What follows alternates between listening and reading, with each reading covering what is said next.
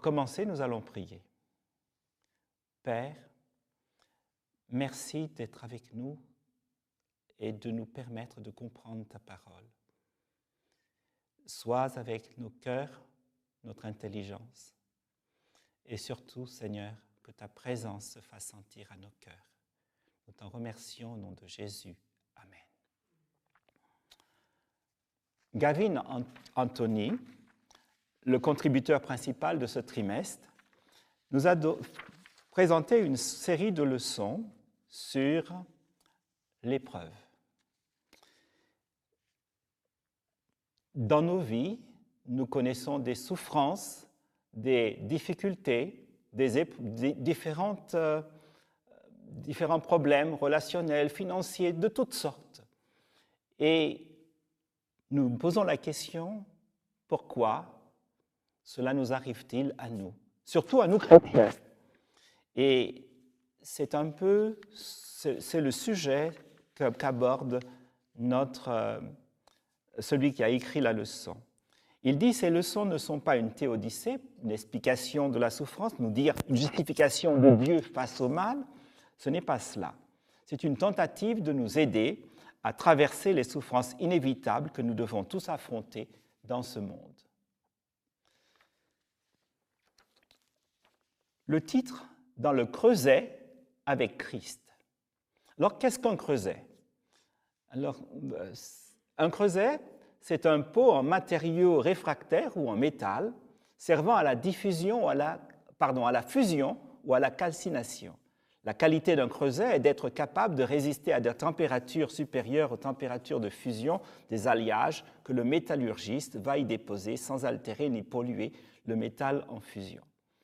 Vous connaissez un peu ce qu'est une fournaise. Alors vous avez le creuset et sous le creuset, il y a du feu pour pouvoir fondre un métal. On utilise le creuset pour l'argent et on utilise une fournaise pour l'or.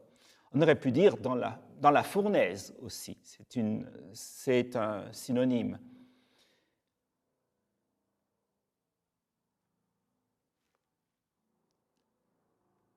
La première leçon, le creuset du berger. Alors, malheureusement, je ne suis pas très à l'aise avec le titre, parce que creuset du berger, on aurait pu dire sous la houlette du berger. Le psaume 23. Alors, c'est intéressant de commencer par ce psaume qui nous est familier. Beecher l'appelle le rossignol des psaumes. Ce texte est important pour nous parce qu'il nous dit que Dieu est un berger qui prend soin de nous. Je vais lire le texte, nous le connaissons par cœur. « Le Seigneur est mon berger, je ne manquerai de rien. Il me fait reposer dans de verts pâturages. Il me dirige près des eaux paisibles. Il restaure mon âme. Il me conduit sur les sentiers de la justice à cause de son nom. Même si je marche dans la vallée de l'ombre de la mort, je ne crains aucun mal, car tu es avec moi. Ta houlette et ton bâton, voilà mon réconfort. » Alors, je commence avec l'image du berger. Un berger, c'est un guide, c'est quelqu'un qui prend soin de son troupeau et de chaque brebis de ce troupeau, de chaque agneau, de chaque mouton. Jésus, oui, est le seul berger qui sache ce que c'est que d'être un mouton, ce que c'est que d'être un agneau, ce que c'est que de souffrir. Il peut comprendre ce que nous ressentons parce qu'il est Dieu, incarné dans un corps d'homme. Il a vécu sur cette terre une vie d'homme jusqu'à la croix. Et il est ressuscité et monté au ciel. Ce berger est celui qui s'occupe de nous, nos besoins fondamentaux, la nourriture, l'eau. Mais nous n'avons pas besoin que de nourriture, que d'eau. Ça, c'est pour le corps. Il restaure mon âme, dit le texte. Il me conduit dans des sentiers de la justice. Se restaurer, ce n'est pas simplement manger du pain et boire de l'eau. Se restaurer ici, c'est la restauration de l'âme. Jésus dit, « Heureux ceux qui ont faim et soif de justice, car le royaume des cieux est à eux. » Puis, dans cette marche que le berger fait avec nous et où il nous conduit, il y a des rencontres dans la vallée. Si je marche dans la vallée de l'ombre de la mort, je ne crains aucun mal, car tu es avec moi. La présence de Dieu est quelque chose de fondamental. Quand on lit le texte en hébreu, au centre du texte, il y a cette expression qui Ata, il m'a dit, tu es avec moi. Si je compte le nombre de mots avant et le nombre de mots après, c'est exactement le centre du texte, la présence de Dieu à nos côtés.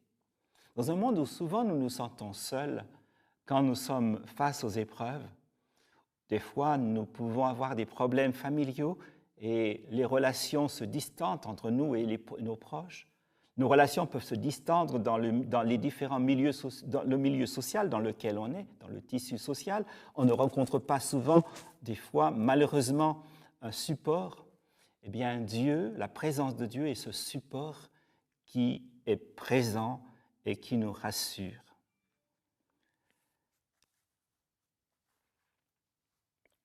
Heureux ceux qui pleurent, dit le psaume 84, lorsqu'ils traversent la vallée de Baca. Il la transforme en un lieu plein de sources et la pluie la couvre de bénédictions.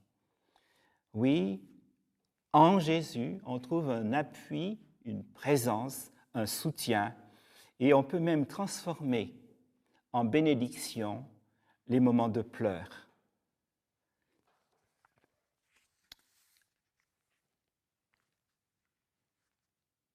Tu dresses devant moi une table en face de mes adversaires. Tu enduis d'huile ma tête et ma coupe déborde. Dieu prend un repas de fête avec nous, non pas une fois que nous sommes finalement sortis de la sombre vallée, mais au cœur de cette dernière, en présence de nos ennemis. Il veut que nous nous réjouissions avec lui, même au milieu de nos difficultés. On peut se demander si quelquefois notre berger n'est pas déconnecté de la réalité. Je ne pense pas. Il nous connaît, il nous aime.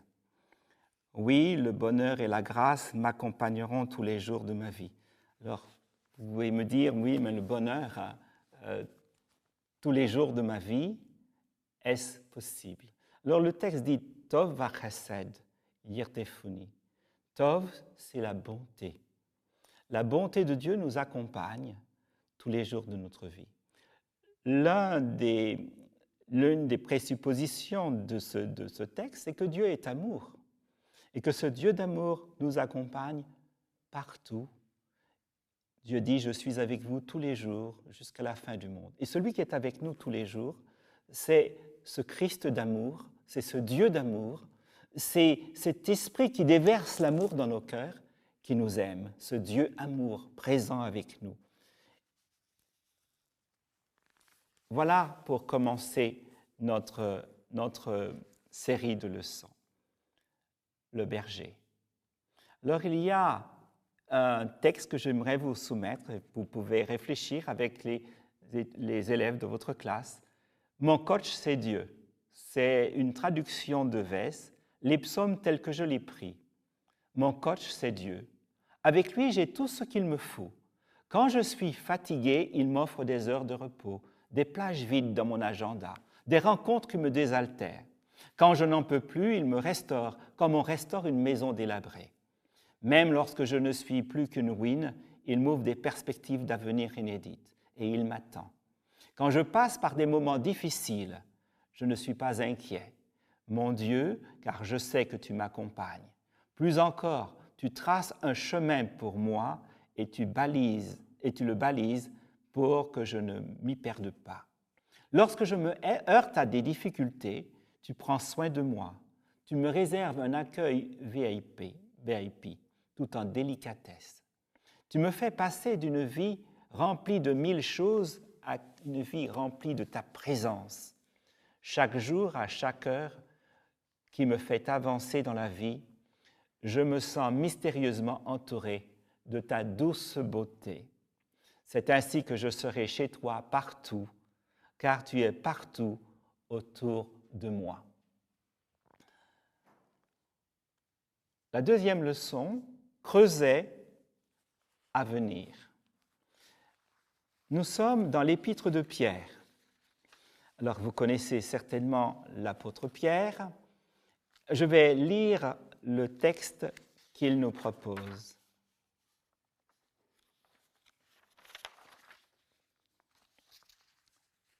Un Pierre, à partir des versets, chapitre 4, verset 12. Chers amis, nous avons été plongés dans la fournaise de l'épreuve. Vous voyez l'image ici, c'est celui de la fournaise. C'est une alternative au creuset. N'en soyez pas surpris, vous ne trouvez pas cela étrange, comme si vous arrivait quelque chose d'anormal. Au contraire, réjouissez-vous car vous participez aux souffrances du Christ afin d'être remplis de joie quand il paraîtra dans la gloire. Vous voyez, si je lis, alors je vais reprendre le texte ici.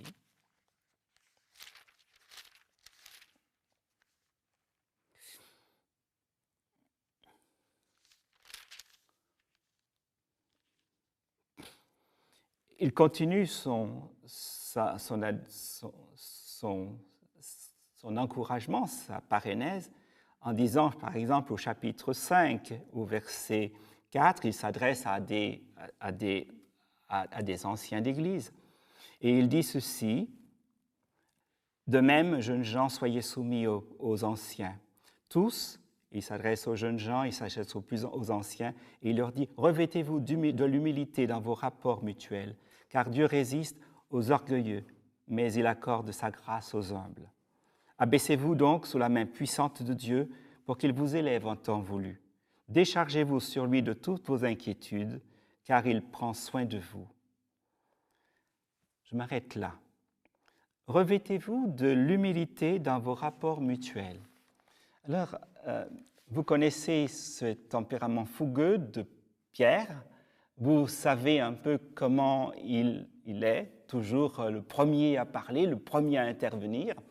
Et puis, dans les tempêtes, c'est un pêcheur, par exemple, il sait ce qu'est une tempête. Il en a croisé plusieurs. Et puis, une fois, il était dans une tempête très forte.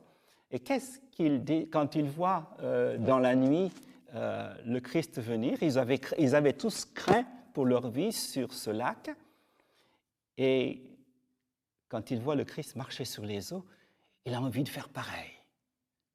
Il n'a plus peur et il dit, « Seigneur, permets que je vienne. » Et puis, quand il essaye de marcher, eh bien, il va vers Jésus. Et quand il voit qu'il marche, il est un peu, là, ça va, je marche sur les eaux, c'est agréable. Et quand il se tourne vers ses amis qui sont en train de regarder, il s'enfonce dans l'eau. Pierre, ce fougueux, au milieu de différentes tempêtes. Quand les autres vont t'abandonner, vont te trahir, moi je ne te trahirai pas. Je ne te trahirai pas, Seigneur. Et pourtant, Jésus annonce dans Matthieu chapitre 26, verset 31, Jésus lui dit, « Je serai pour vous tous cette nuit une occasion de chute, car il est écrit, je frapperai le berger, et les bergers du troupeau seront dispersés. Mais après que je serai ressuscité, je vous précéderai en Galilée. » Mais Pierre, prenant les paroles, dit, « Quand tu seras pour tous les autres une occasion de chute, tu ne seras jamais pour moi. » Il est très sûr de lui. Et le Seigneur lui dit, « Simon, Simon, Satan vous a réclamé pour vous cribler comme le froment. Mais j'ai prié pour toi afin que ta foi ne défaille point. Et toi, quand tu seras converti, affermis tes frères. » Nous voyons un peu ce qui s'est passé avec son reniement. Matthieu chapitre 26, versets 69 à 75. Et Pierre se souvint de la parole que le Seigneur avait dite. avant que le coq ne chante 3 fois. Pardon, avant que le coq ne chante, tu me renieras 3 fois. Oui, Pierre se souvient de cette nuit où il a trahi son maître. Il se souvient de tout cela et il demande aux autres, à ceux qui sont autour de lui, « Revêtez-vous d'humilité ». Alors c'est intéressant quand le terme « revêtez-vous », parce que ce terme-là, « revêtez-vous d'humilité », c'est un terme qui signifie se revêtir d'un vêtement que portent les esclaves, d'un vêtement aboutonné que portent les esclaves et les bergers. Il a dû se rappeler que ce jour, que la veille, qu'est-ce qui s'est passé la veille de ce jour où il a trahi? Il était en train de... il était là avec les autres. Personne ne voulait laver le pied des autres. Et le maître a pris un vêtement d'esclave et s'est agenouillé et a lavé les pieds des disciples. Il se rappelle certainement de ce moment-là. Et c'est la raison pour laquelle il demande aux autres de se revêtir d'humilité. Il dit ceci dans le texte qu'il va citer. Il va citer ce texte de la Bible. « Dieu résiste aux orgueilleux, mais il accorde sa grâce aux humbles. » Et il continue. « Abaissez-vous donc sous la main puissante de Dieu pour que vous élève au temps voulu.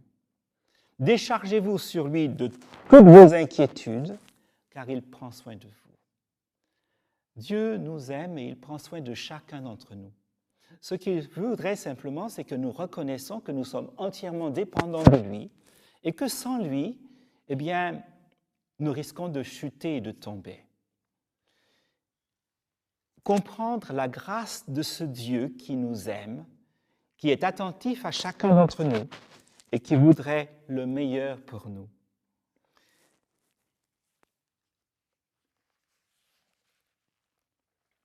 Si Pierre, à la différence de Judas, n'a pas été se pendre, il est simplement allé dans la tradition chrétienne, on dit qu'il est allé dans la grotte du Gallicante et il s'est mis à pleurer amèrement. C'est ce que dit d'ailleurs la Bible, il est allé pleurer amèrement sur ses fautes. Bien, c'est parce que l'amour de Dieu, l'amour du berger l'a sauvé. Il est dit au moment justement où il était perdu, quand il a trahi son maître, il y a eu ce regard de Jésus, un regard plein d'amour, un regard qui ne le condamnait pas. Et c'est ce regard d'amour qui l'a sauvé. Souvent, quand nous sommes trahis, nous regardons les autres et nous leur montrons un visage, nous montrons notre déception. Ce n'est pas ce que Jésus a fait.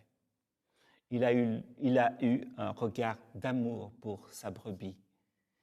Et d'ailleurs, il lui avait dit, « Avant, j'ai prié pour toi afin que ta foi ne défaille point. » Et même quand elle défaille, Dieu continue de nous aimer et de nous poursuivre de son amour. Judas, lui, a désespéré de l'amour de Dieu. Ne désespérons jamais de l'amour de Dieu. Jésus lui avait dit, « Mon ami, c'est avec un baiser que tu trahis ton maître. » Jésus, dans ces circonstances-là, s'est présenté à Judas comme un ami, quelqu'un qui l'aimait et qui voudrait le sauver. Jésus lui tendait une dernière perche.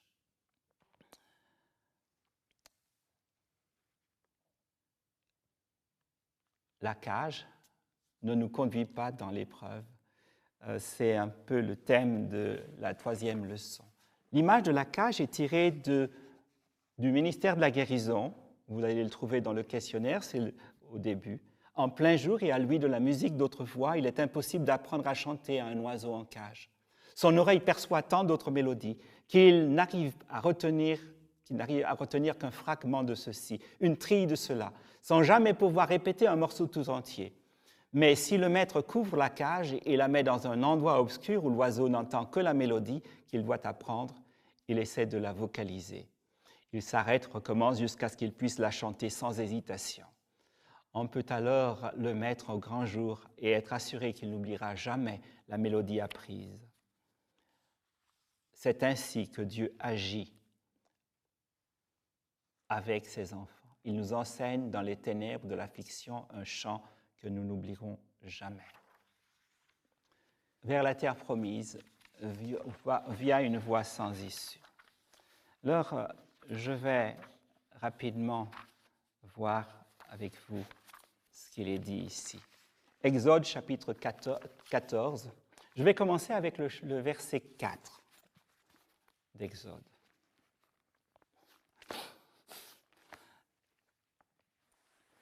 Les enfants d'Israël vont arriver vers la mer. Ils sont poursuivis. Derrière, il y a l'armée de Pharaon. Il y a les montagnes. Et là, ils sont acculés face à la mer. Une voie sans issue. Est-ce que Dieu les a délivrés de l'Égypte pour les amener là? Voilà ce que l'auteur pose comme question. Souvent dans nos vies, il arrive souvent que nous nous trouvons devant une voie sans issue. On ne voit pas comment s'échapper, comment s'en sortir. Alors, Exode, chapitre 14, j'aimerais juste rappeler que Dieu avait déjà prévu cela. Ce Dieu, et on oublie facilement, ce Dieu a fait quantité de choses incroyables pour eux en les délivrant de l'Égypte. Les 10 plaies. On se rappellera cela. Il dit ceci. Le Seigneur dit à Moïse, et là nous sommes au verset 3, le Pharaon dira des Israélites, ils errent dans le pays en pleine confusion, le désert s'est refermé sur eux. Je ferai en sorte que le Pharaon s'entête.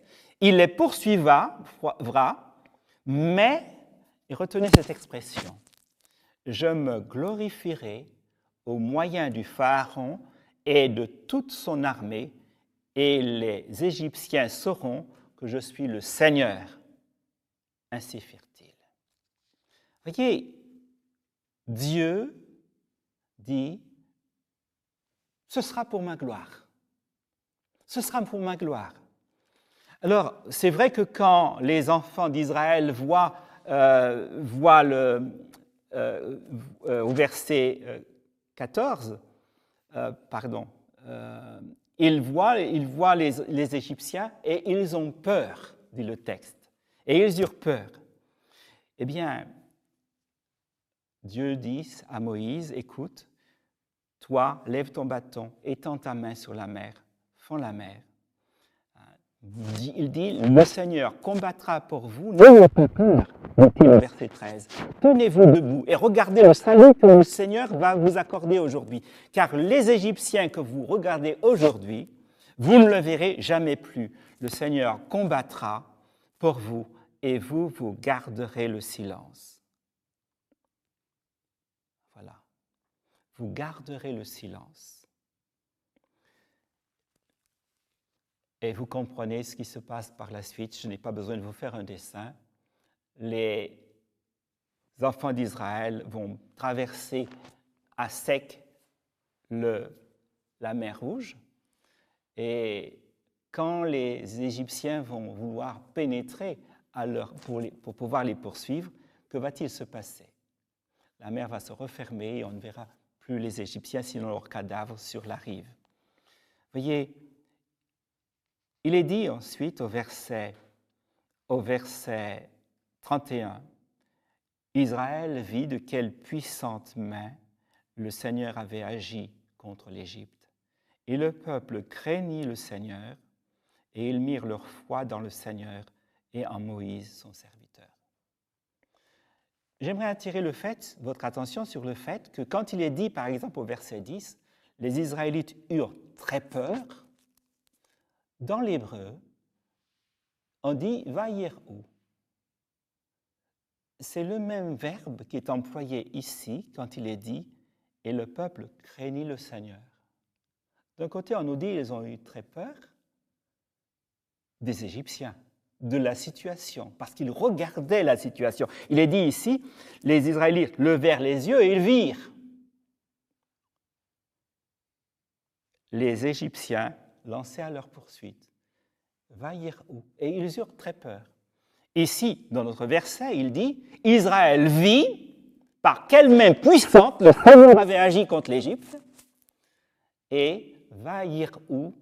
À Am et Adonai.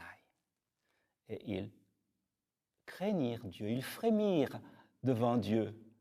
Mais ce n'est pas la même peur. L'un d'un côté, nous avons la peur des Égyptiens. De l'autre, nous avons cette crainte salutaire de Dieu. Ma question est, qu'est-ce que vous regardez? Les Égyptiens? Les circonstances qui nous paraissent sans issue? Ou est-ce que nous regardons à Dieu? Juste, ça me rappelle Jésus. Jean chapitre 11. On a ici, dans Jean chapitre 11, on a le miracle de Lazare. Mais rappelez-vous ce que Jésus avait dit aux envoyés, à ceux qui étaient venus rapporter la nouvelle de Lazare malade. Ton ami, celui qui est malade. Qu'est-ce que Jésus leur avait dit? Cette maladie ne mène pas à la mort, elle est pour la gloire de Dieu, afin que par elle le Fils de Dieu soit glorifié. Voyez, on a le même scénario quelque part. Ce n'est pas pour la mort, mais pour la gloire de Dieu. Alors, certainement, les disciples qui étaient là, il y aura certainement une issue heureuse. Puis quelques jours plus tard, 2 jours plus tard, Jésus dit, Lazare dort. Et alors, certainement, ils ont pensé, eh bien, il va se reposer et tout ira bien. Voilà, ça ira mieux. Et Jésus de dire, Lazare est mort. Lazare est mort. Et alors, ils ne comprennent pas. La mort nous paraît sans issue, n'est-ce pas? Et vous allez voir ce que Jésus va faire. Il va se rendre auprès de ses amis, de sœurs de Lazare. Et vous avez, quand il est près de Marthe, il dira à Marthe, qui lui dit, si tu avais été ici, mon frère ne serait pas mort. Il dit à Marthe, ton frère ressuscitera. Je sais, dit Marthe, il va se réveiller à la résurrection des morts. Et Jésus lui dit, c'est moi qui suis la résurrection et la vie. Celui qui met sa foi en moi, ne meurt, même s'il meurt, vivra. Et quiconque met sa foi en moi ne mourra jamais. C'est vrai qu'il y a des situations qui nous paraissent sans issue. Des fois, nous sommes témoins de la mort de nos proches, de ceux que nous aimons. Et nous pensons, c'est sans issue. Mais rappelons-nous que Jésus est la résurrection et la vie, et qu'il n'y a rien qui ne soit sans issue pour Dieu. La seule chose qui peut nous empêcher de vivre, c'est la mort, c'est le péché, pardon. Jésus dit, ne craignez pas celui qui peut tuer le corps, mais craignez celui qui peut tuer le corps et l'âme. Je pourrais dire, craignez plutôt ce qui peut tuer le corps et l'âme. Ce qui peut tuer, c'est le péché.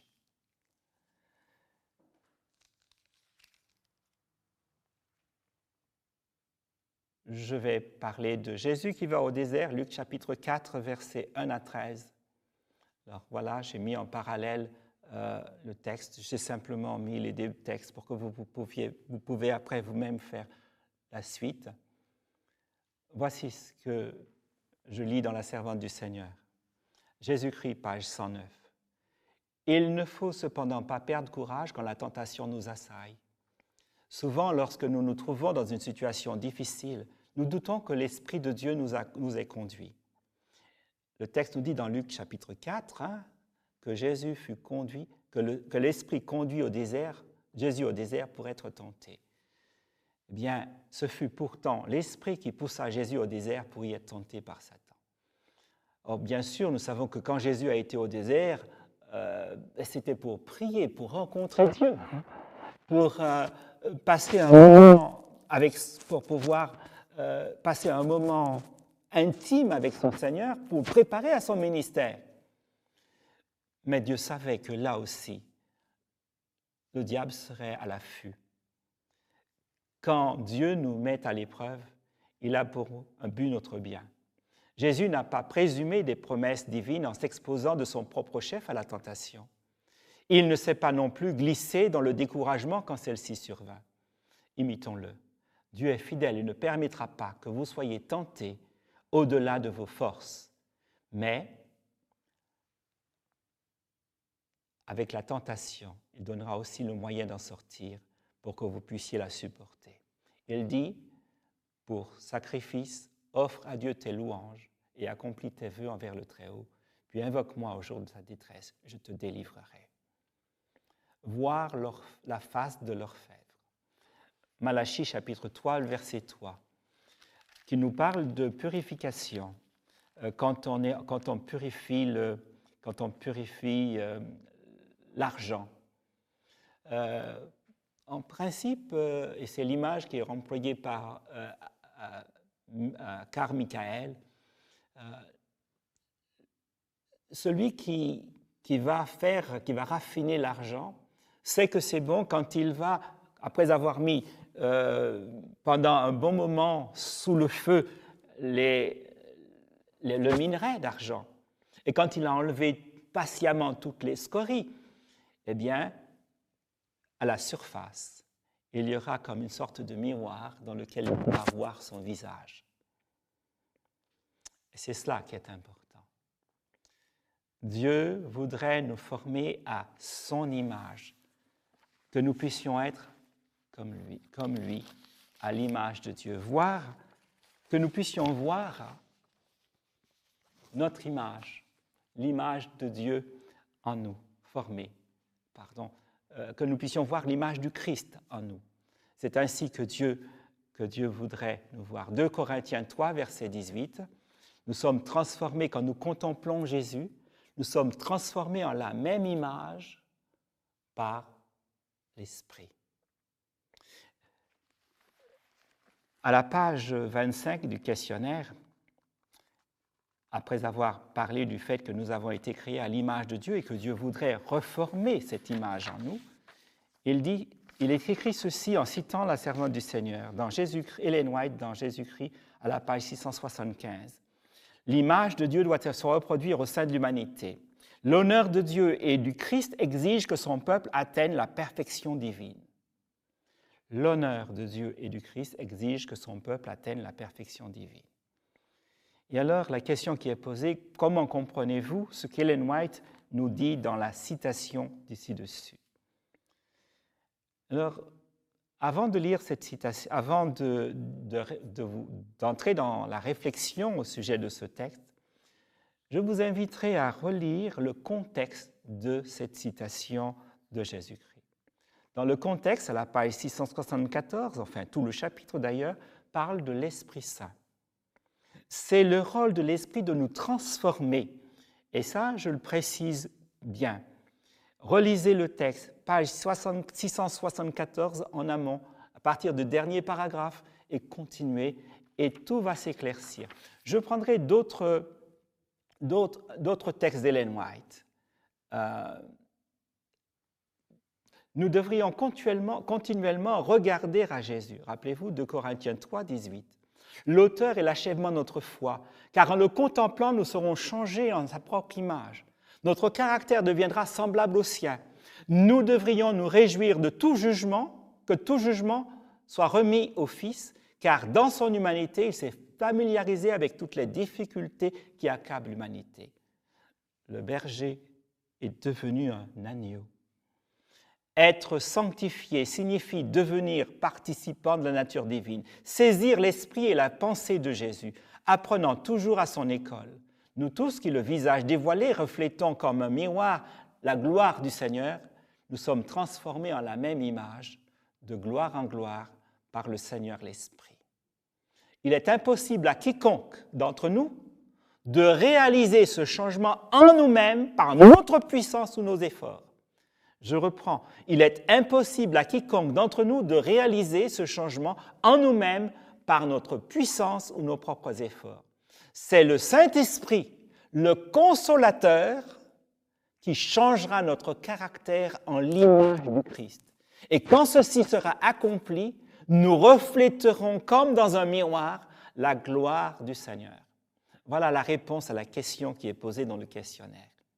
Ce qui signifie que le caractère de celui qui contemple ainsi le Christ est si semblable au sien que quelqu'un regardant à lui voit se refléter dans le miroir le propre caractère du Christ. Imperceptiblement, à nos yeux, nous passons jour après jour de nos propres voies et volontés à celle du Christ, au charme de son caractère. Nous croissons ainsi en sa stature et reflétons inconsciemment son image. Les chrétiens de profession restent trop sur les basses terres du monde. Leurs yeux sont habitués à considérer les choses des lieux communs et leurs pensées s'arrêtent sur les choses que leurs yeux contemplent. Leur expérience religieuse est souvent médiocre et insatisfaisante et leurs propos vains et légers. Comment de tels individus peuvent-ils refléter l'image du Christ?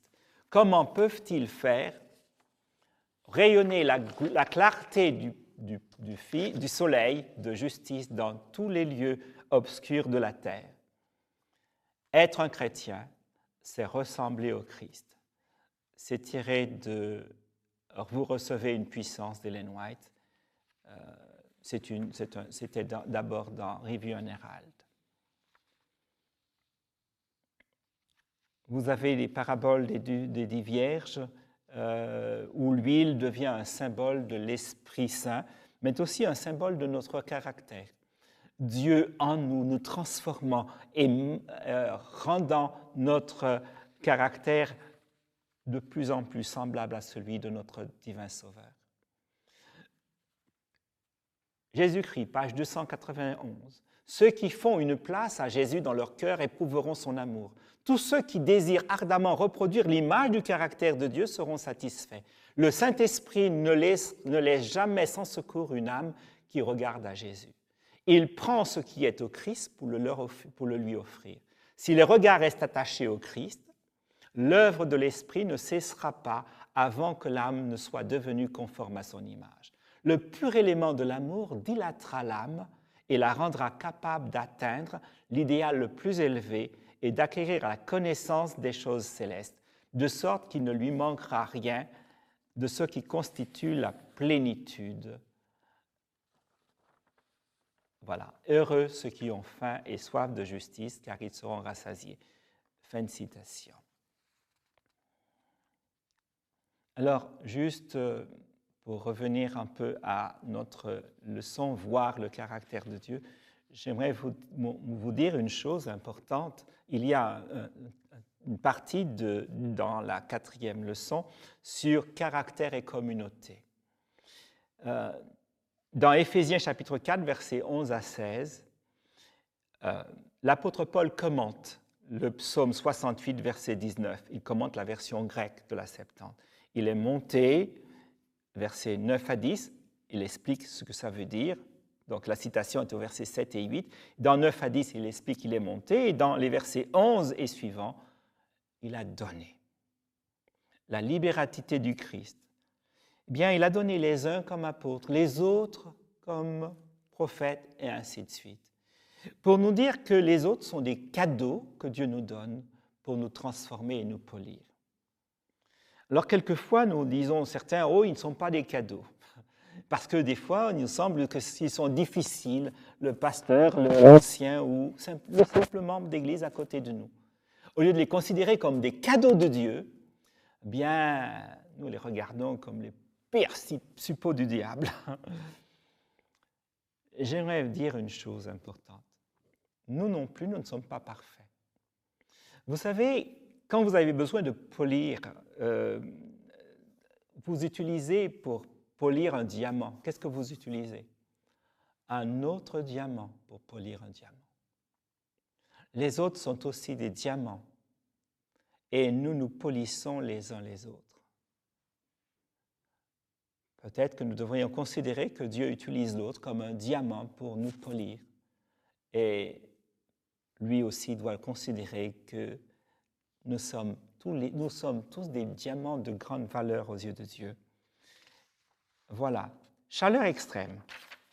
Chaleur extrême. Abraham sacrifiant. Alors, on a étudié Genèse 22. Vous aurez à reprendre cela. Rappelez-vous cet homme à qui Dieu, nous a dit que Dieu c'est un Nisayon, c'est une épreuve. Le texte nous dit, le vrai Dieu, Elohim, qu'est-ce qu'il fait? Nissa, teste Abraham. Dans sa vie, il a raté beaucoup d'occasions d'être l'homme que Dieu voudrait être. Souvent, nous sommes pareils. Des fois, nous ne sommes pas à la hauteur de notre vocation. Mais voilà, il s'est hissé à la hauteur de sa vocation lors de cette épreuve. Je vous laisserai vous-même comprendre. Job dans la tempête. Job, le chapitre 23, les versets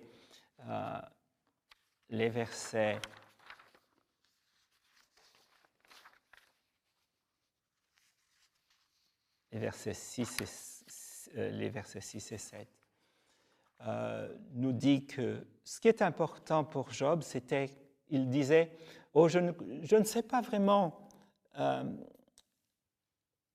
où Dieu, quelles sont les voies de Dieu, vers le nord, vers le sud, je ne sais pas. Mais ce que je sais, c'est qu'il connaît mon chemin et que je sortirai comme l'or. » Ce qui est important, c'est qu'il soit purifié, que cette épreuve le transforme pour être le meilleur, pour avoir une meilleure version de lui-même, comme on aime souvent le dire. Et Job accepte que Dieu le transforme. Ce qui est important dans la vie de Job, c'est qu'il considère que c'est la présence de Dieu qui est la chose la plus importante pour lui.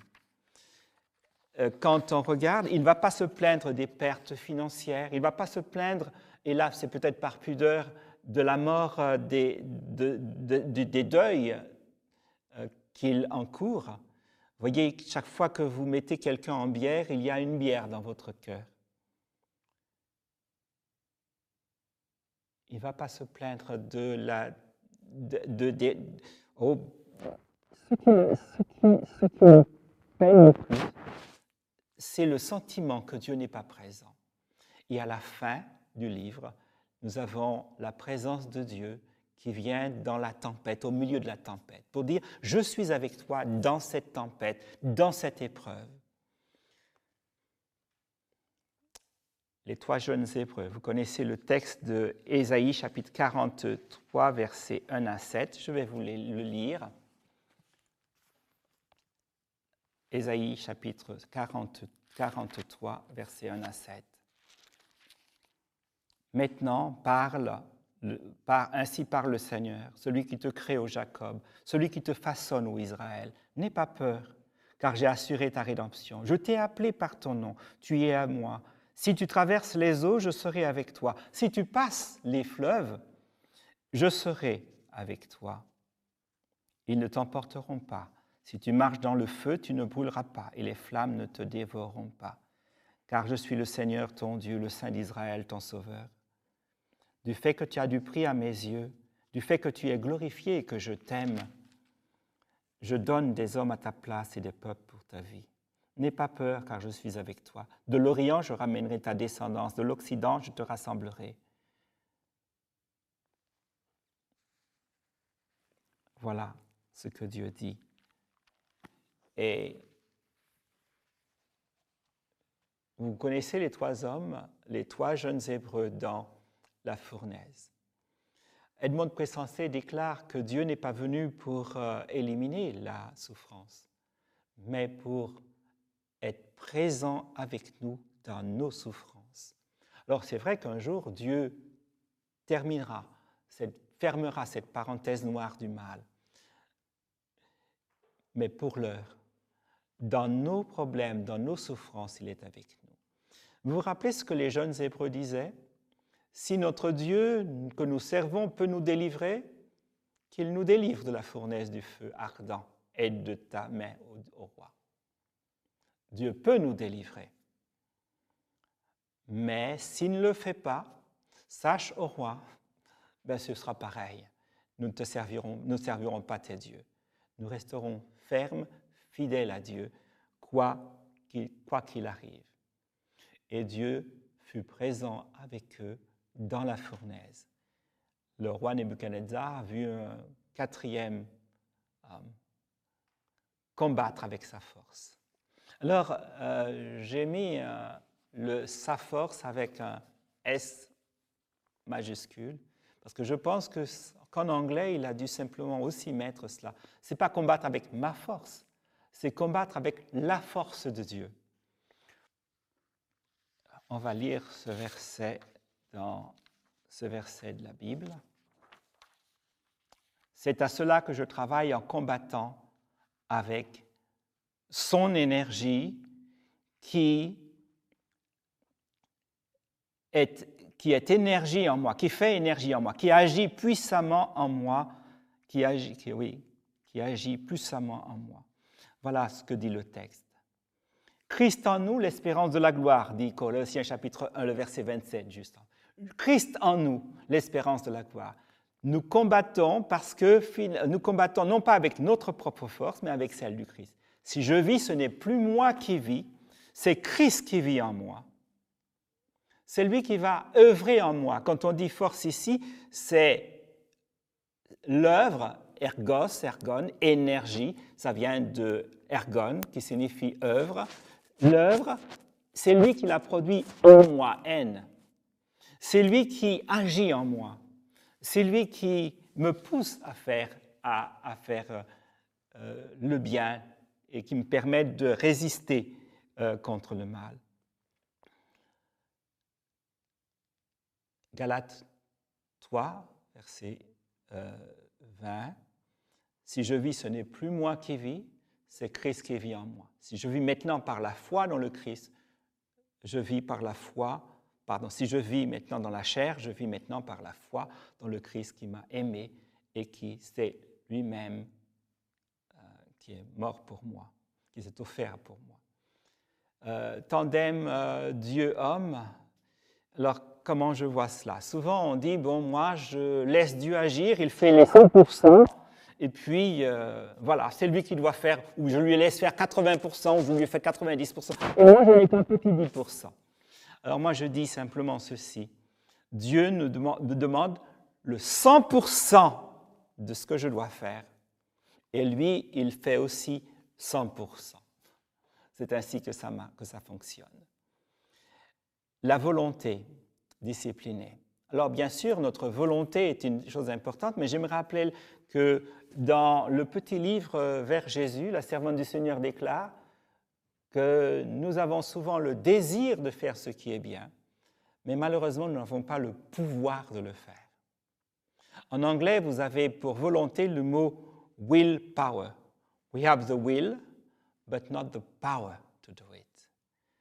Le pouvoir et le faire, c'est Dieu qui le fait en nous.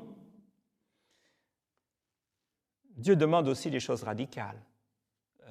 Si ton œil est pour toi une occasion de chute, arrache-le. Il ne s'agit pas de s'énucléer, littéralement, mais il s'agit de se discipliner. Il s'agit de vivre en ayant des priorités, en étant non pas, il s'agit de persévérer. rappelez-vous, Genèse, alors l'exemple qui nous est donné, c'est dans Genèse 32, notre ami Jacob. Il reste au quai de Yabok. Et là, il reste seul. Vayiter levad. Il reste seul là, dit le texte. En fait, seul avec son Dieu.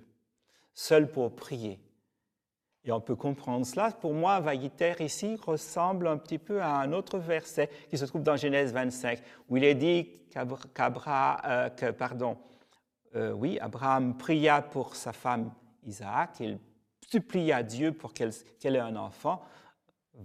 Et c'est un autre verbe avec une racine qui est, enfin, ça sonne presque pareil, mais c'est avec un ayin tav eresh, au lieu d'un yod tav eresh ici. Et Dieu se laisse fléchir.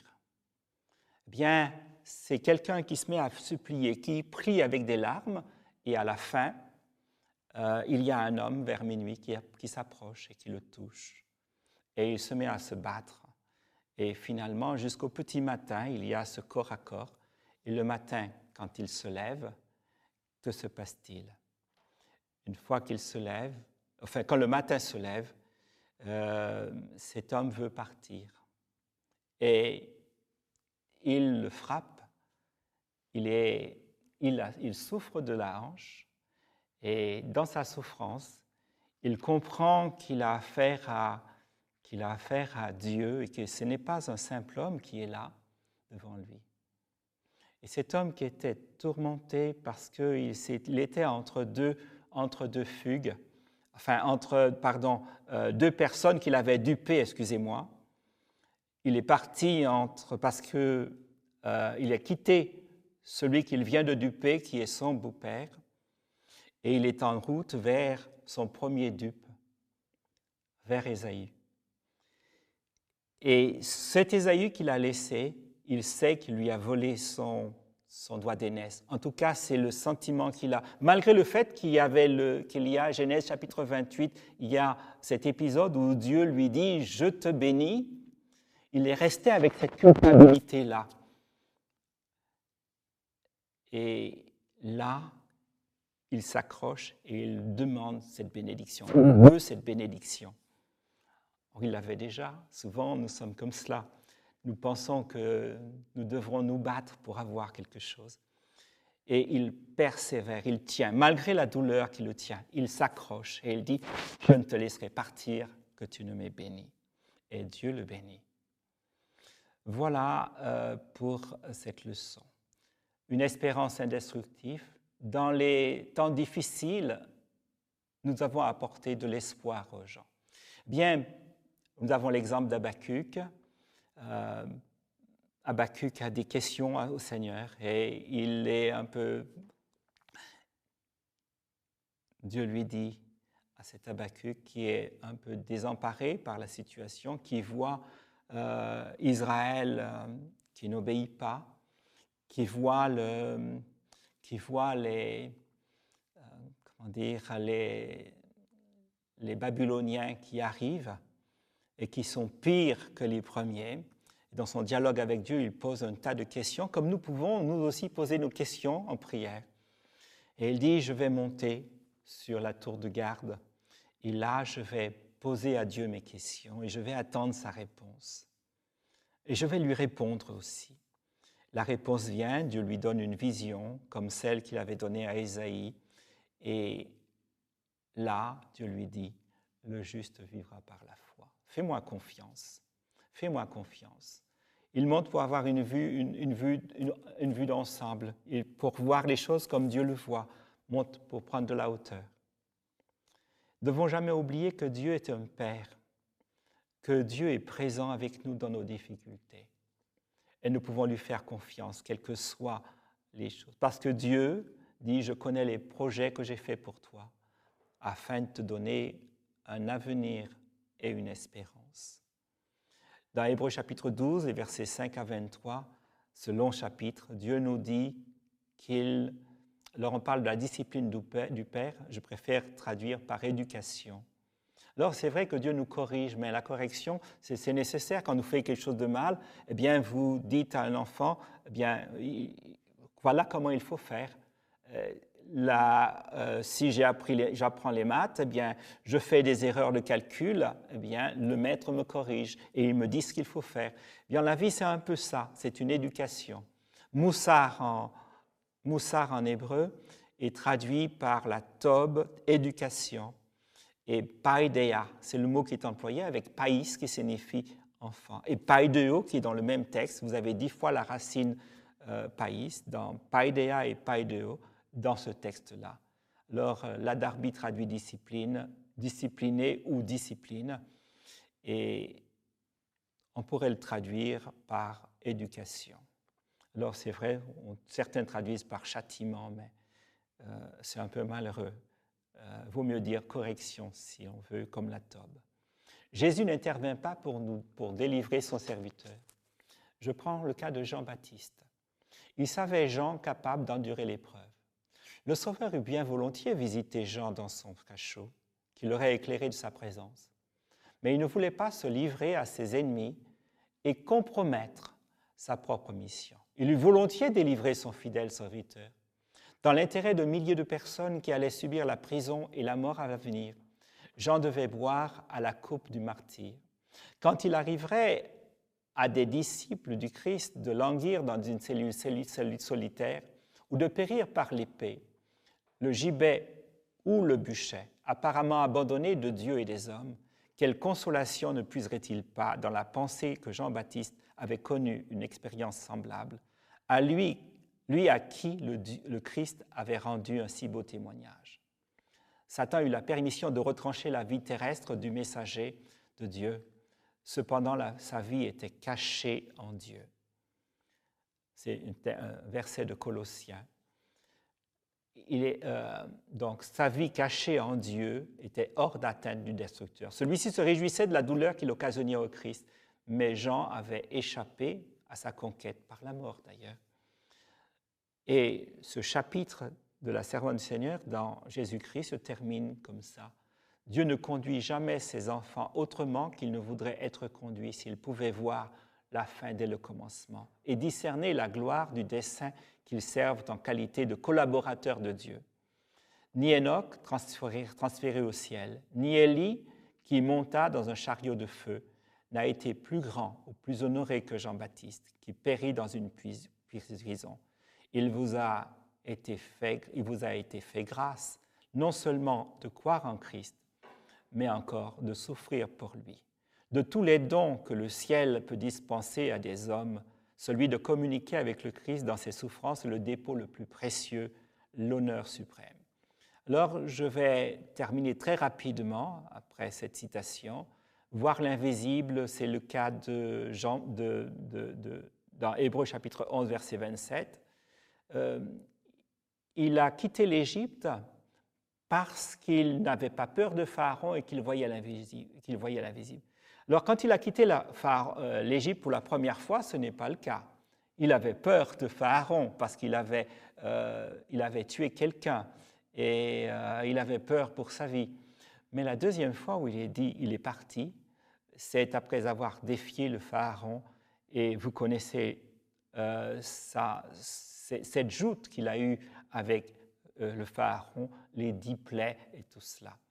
Donc voilà, voir l'invisible, voir des traces dans les pas des sables. Vous connaissez ce poème de Adhémar de Barros. Voilà, je cheminais sur la plage et puis il y avait 2 traces de pas. Et puis à un certain moment, une seule trace. Et puis je demandais au Seigneur, mais pourquoi? Et il dit, c'est moi. Tu n'étais pas là, disait le texte, et il dit, j'étais là, je te portais. Et voilà pourquoi on regarde et on voit que les traces sont plus enfoncées. Une vie de louange, oui, c'est peut-être la manière de vivre en secret. Rester doux dans le creuset, être doux malgré la persécution, ne pas répondre à ceux qui nous feront du mal, leur pardonner, être doux et humble de cœur, c'est ce que nous demande. Heureux ceux qui sont doux, Je vous renvoie à cette citation d'Ellen White à la page 291 où elle commente les béatitudes. Relisez ces textes. Et puis, attendre dans le creuset, oui. Prenons le cas de David qui a attendu. Il a été roi, il était couronné roi. Pardon, pas couronné roi, juste oint pour être le roi. Il était un tout jeune enfant quand on l'appelle et puis qu'il se présente devant les autres. Eh bien, ses frères, et il n'est pas roi tout de suite. Il va avoir une longue vie d'errance et il sera jusque dans une grotte à Abdullam. Vous connaissez son histoire. Et quantité de fois, il aurait pu attenter à la vie de Saül et être déclaré roi ou mener une révolte pour pouvoir avoir son dû, enfin ce qui lui revenait de droit. Mais lui avait un profond respect de Saül en disant qu'il ne portait pas atteinte à loin du Seigneur. Voilà, malgré tout, mourir comme un grain. Je termine juste avec le Christ crucifié. Je crois que si on veut savoir si vraiment Dieu nous aime, c'est de regarder à la croix. Moltmann cite un texte de Luther, c'est un mot de Luther qui dit « La croix prouve tout ». La croix prouve que Dieu m'aime. Face à tous les problèmes, toutes les difficultés que je peux rencontrer, quand je regarde et que je vois ce Dieu qui a souffert pour moi, alors je ne peux m'écrier « Seigneur, tu es digne de recevoir ma louange. » Et je voudrais juste terminer avec cette citation de Édouard Chilito, le Jésus des cicatrices. Les autres dieux étaient forts, mais toi tu étais faible. Ils paradaient, mais toi tu trébuchais jusqu'au trône. Mais seules les blessures de Dieu peuvent parler à nos blessures, et aucun Dieu n'a de blessures sinon toi seul. Jésus nous aime, et ce Dieu crucifié, ce Dieu souffrant est là pour me dire que Dieu n'est pas le Dieu des évitements. Il n'est pas là pour m'éviter la mort ou la souffrance. Lui-même ne l'a pas évité. Il a été au-devant de la mort et de la souffrance, alors qu'il n'avait pas à y aller forcément. Mais pour me sauver, pour nous sauver et pour montrer son amour, il a été jusqu'à la mort de la croix. Voyez quel amour, car Dieu a tant aimé le monde qu'il a donné son Fils unique, afin que quiconque croit en lui ne périsse point, mais qu'il ait la vie éternelle. Merci. Nous allons terminer par une prière. Père, nous te sommes infiniment reconnaissants pour le don de ton Fils. Merci pour son amour. Merci pour ton amour. Il n'y a pas de plus grand amour que de donner sa vie pour ceux qu'on aime. Seigneur, toi le bon berger, tu as donné ta vie pour nous. Merci Seigneur